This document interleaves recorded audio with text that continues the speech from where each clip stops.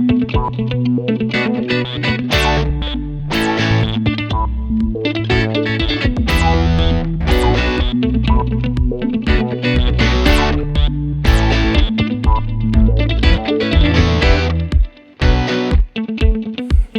back to another episode of Plant-Based Dads.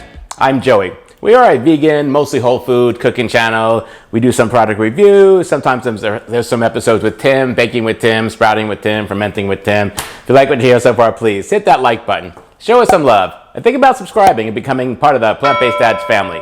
If you watch the channel for the DIY stuff, we've moved all that to a separate channel. That channel is called DIY Project Guys. There's a link to it right here. That's where all the future DIY episodes will be also. There won't be any more DIY episodes on this channel. So if you're a DIY enthusiast, check that out. Subscribe over there and you'll get notified every time we have a new IKEA video or a gazebo video or whatever we do over there. It is June 7th, the first Monday in June, and that starts our June 50-50 plate Starch Solution challenge in our Facebook group. It's a picture of the Facebook group right here. Plant-Based Dads, Starch Solution Enthusiast. It's just a bunch of people, like 7,000 people, doing the Starch Solution or the McDougall's way of eating. And we do, for 21 days, 50-50 plate. We show pictures of our food. We encourage each other. We cheer each other on. We show recipes so everyone can get ideas. It's a lot of fun. Join the group. If you're not on Facebook, that's fine. You can do the challenges right here on YouTube or on Instagram with us also. Just follow me there, Plant-Based Dads.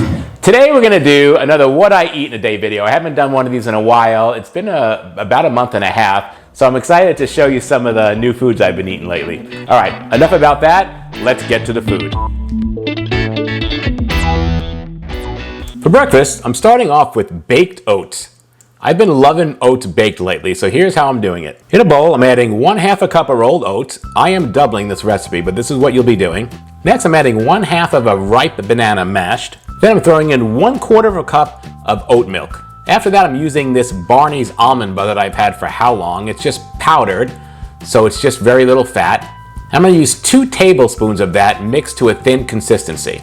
Next, I'm adding 1 tablespoon of maple syrup, 1/2 teaspoon of baking powder, 1/4 teaspoon of vanilla extract, a little pinch of sea salt, and 1/4 cup of frozen berries. Then I'm gonna just kind of mix all this together to get it combined. Oh, got a little piece falling out there. You just wanna kind of fold it. You don't wanna be too hard on this. Then I'm gonna get my ramekins out, these oven-safe ramekins. I'm gonna start filling these ramekins up with the mixture here. And I'm just gonna kind of get it evenly into all the different ramekins. And you can see here, they're ready to go. I just put them on a baking tray, and now I'm off to the oven. I'm gonna cook these at 350 degrees for about 25 minutes. You can see here they're out of the oven, and man, they smell amazing. So now I'm gonna top these. I've got a little bit of banana chopped up here, and I'm gonna add some more of that almond butter that I just made. This is all just kind of a decoration. They're already flavored. And then I'm gonna add some unsweetened cocoa powder on top of that. You can see here I'm grabbing a spoon and ready to try it. I'm just gonna mix this all up so I get a nice spoonful for my first taste. And I want you to see this. This looks amazing. Look at all of those textures right there. That is absolutely a treat for the mouth. And it's delicious. Breakfast is served. For lunch, I'm starting with the frittata. I'm gonna start with making my filling. I'm starting off with some water in a skillet. Then when that heats up, I'm gonna add my vegetables. This is my filling I'm making. I'm starting with 1 onion diced. I'm just gonna move it around here to get it all evenly placed. And you can see here it's starting to cook and it smells really good. Next, I'm going to add in some frozen broccoli from Costco. This is not cooked, it's just frozen, and I've cut the stems off. And next, I'm adding some fresh diced cherry tomatoes. Again, this is my filling for the frittata. I'm going to keep moving that around just so it all cooks evenly.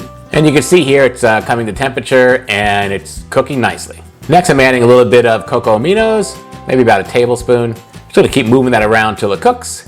And you can see here the tomatoes are breaking down. That's how I like my filling. I like everything cooked, and you can see it's ready because the tomatoes are ready. For the filling for this frittata, I'm gonna be using Brittany Jaroudi's Easy Eggless Quiche recipe filling from her video.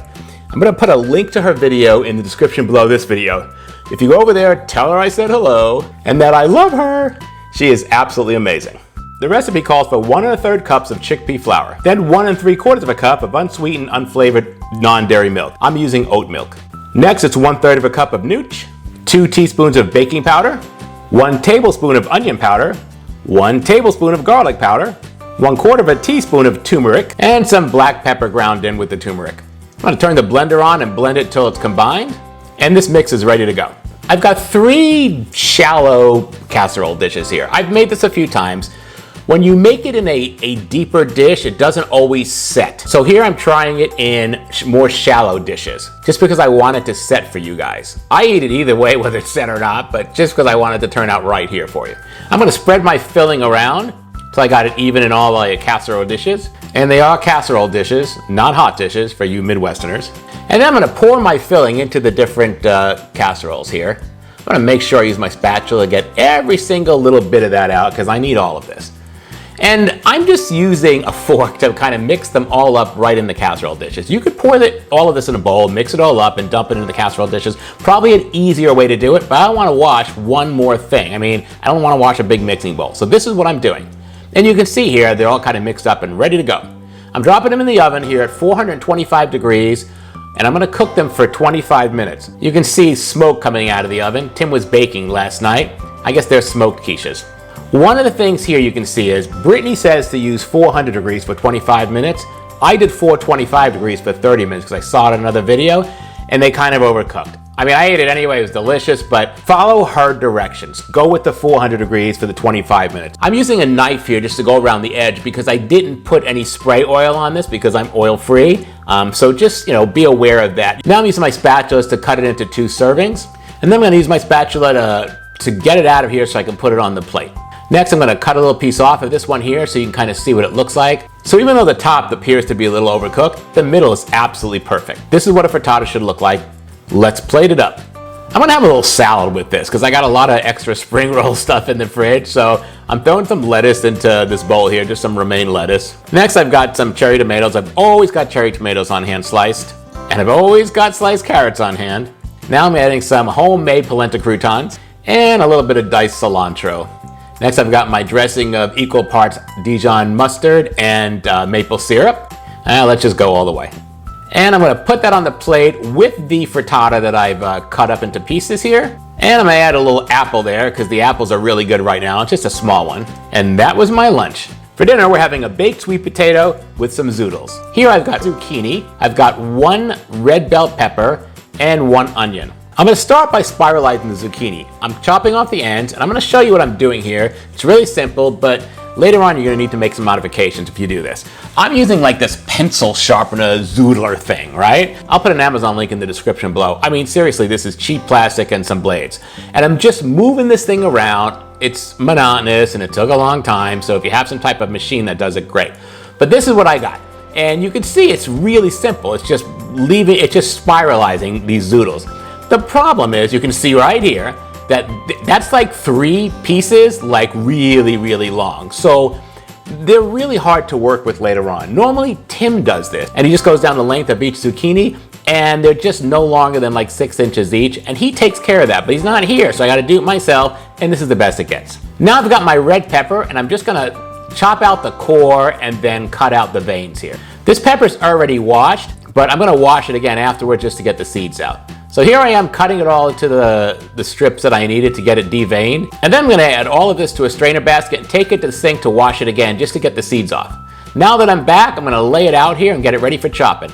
As I've said before, I don't have any knife skills. I'm just a hungry fat guy that wants something to eat. So I'm just using a chopper here, and that's how I do it. Now I'm just kind of gathering it all up and getting it ready to go into a prep bowl. For the onions, same thing. I'm just kind of chopping the ends off, taking the peel off here without taking too much of the onion off. And then I'm just getting it ready for chopping. I'm gonna cut it into a few pieces and then use the chopper to chop it up. I'll gather it up, put it in a prep bowl, and then this is ready to go also. Now it's time for the cooking. I'm gonna take 3 tablespoons of vegetable stock and add it to this skillet. Now that it's getting hot, I'm gonna add in my onions. I'm gonna move them around so I can start sweating those. I'm gonna cook these for a few minutes till they start getting soft. You can see here it's working out nicely. Next, I'm adding in the red pepper that I diced. I've got some sliced carrots, I've always got those, so I'm throwing that in there too. I'm gonna move that around and get that all cooked. Once that starts to soften, I'm gonna add my zoodles. Right here, you can see the problem with the way I did the zoodles. These are just way too long to even cook. Like when I go to mix them in, it's like really, really long noodles. Like you can't do anything with it. So you live and you learn. But normally when Tim zoodles these or spiralizes these, they don't come out like this. He doesn't use that tool that I use. But I still did the best I could with it. I guess I could have just took a scissor and cut them, but I didn't think of it at the time.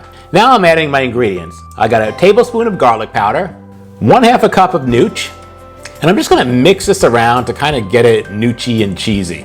You can see here it's starting to come together, but still it's moving like in one big block of zoodles because they're not chopped up. I made a little pinch of salt here, a little fresh ground pepper cracked, and it looks amazing, right? And it really does taste good.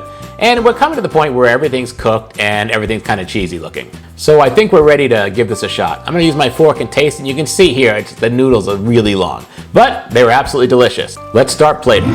Now I've got a sweet potato here. This is a huge sweet potato. Look, it's the size of the whole plate. And I cooked it in the air fryer for an hour. And as I'm pulling the skin off, I want you to see this. Look how brown that sweet potato is. It is really caramelized. Look, take a look at this. That is amazing. That is all flavor right there. And I didn't poke it first. I just put it in the air fryer for an hour. I like to peel the skin off on a paper towel, and then I can just throw the paper towel out. Now I'm using a fork to go through the sweet potato, and it went right through it with no pressure whatsoever. So this sweet potato is ready. Now I'm adding some of my zoodles to this, and I'm attempting to get it out without like getting the whole thing in there, because really it is one long zoodle, right? And now that I've got that done, I'm just kind of moving around the plate to make some room for the zoodles. And next I'm gonna add a little thing of barbecue sauce, because I like to dip my potato in barbecue sauce. And here you have it, guys. This was an amazing dinner. A beautifully caramelized sweet potato with some cheesy zoodles and a little barbecue sauce. I ate up every bit of this meal. All right, so what did you think? My favorite meal yesterday when I filmed all this was the oats. I don't know what it is about oats. You know, I have overnight oats just about every day. When my mom was here visiting last month, I made a lot of oats on the fly because I'd forget to make them overnight. So I cooked them in the cooktop and put all the stuff in. They were delicious. So I've had oats many ways. But there is something about putting them in the little ramekins and heating them up in the oven that completely changes the texture. It winds up almost being like a dessert. I absolutely love it. Sometimes, in order for me to be re-inspired, I just need to make a change. Just do something different. And suddenly, I'm invigorated all over again. It just keeps me constantly learning. And it's one of the reasons I absolutely love working with our new sponsor, Skillshare. I want to give a huge shout out to Skillshare for sponsoring this video. For those of you who don't know, Skillshare is an online learning platform with thousands of inspiring classes for creators, allowing you to explore new skills, deepen existing passions, and get lost in creativity. Their extensive range of classes include everything from oil-free cooking basics to knife skills to vegetable gardening 101. All without any advertisement, so you can focus on learning and growing. The classes are short. They're designed for real people with real lives. They also have live classes with some of their most popular instructors. It's also extremely affordable. With an annual membership, it comes in at less than $10 a month. I'm currently taking Mark Barnacle's Learn Guitar, the complete beginner's guide on Skillshare. Taking Mark Barnacle's guitar class has taught me that I do have time to do some of the other things in my life that really mean a lot to me, and music is one of them. I would never have time to go to a traditional class with everything I do from day to day, but in this format, when I'm ready, online, in my own home, I absolutely can make time, and I do have time for me. Because Skillshare is sponsoring this video, they're offering the first 1,000 of you, the plant-based ad subscribers, a free trial to Skillshare's premium membership. So you can explore your creativity by clicking on the link in the description below this video. This means, for absolutely free, you get unlimited access to every single class on Skillshare, including their live classes, which allows you to connect with some of their most popular instructors in real time. So you can check out Mark Barnacle's class for free using the link in the description below. And while you're at it, check out some of their other classes. There's so much to learn. All right, that's our video for today. What I eat in a day. I hope you got some value out of this. If you did, hit that like button. Show us some love. What's not to like? If you haven't subscribed yet, hit that subscribe button. You'll get notified every time we have a new video, usually every Monday. If there's anything with Tim, baking with Tim, sprouting with Tim, fermenting with Tim, that'll be on Saturday. And please leave a comment below. Baked oats, have you done it? What are your thoughts on it? All right, we'll see you next time. Bye-bye.